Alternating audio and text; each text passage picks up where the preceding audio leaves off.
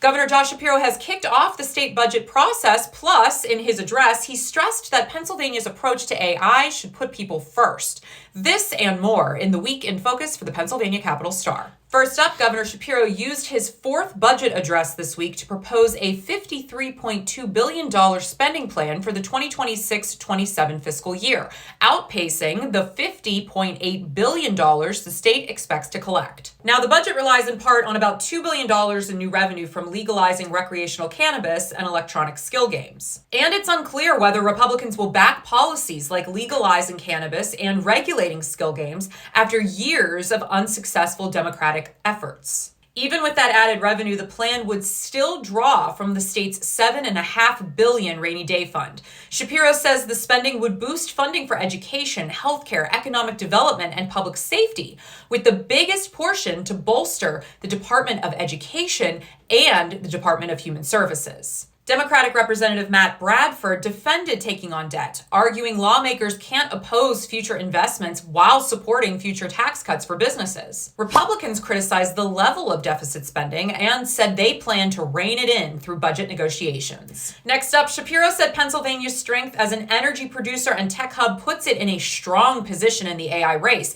but only if growth puts people first. He pointed to Amazon's $20 billion investment in data center campuses in Luzerne and Bucks counties, in which he called the largest private investment in state history. Dozens of similar projects are now proposed statewide as the United States and China compete for AI leadership, promising jobs and new tax revenue. Shapiro called on lawmakers to pass his 2025 Lightning Plan, offering rebates, tax credits, and streamlined permitting for energy products held to strict transparency, local hiring, and environmental standards. He said it could save consumers $664 million and create 15,000 energy sector jobs.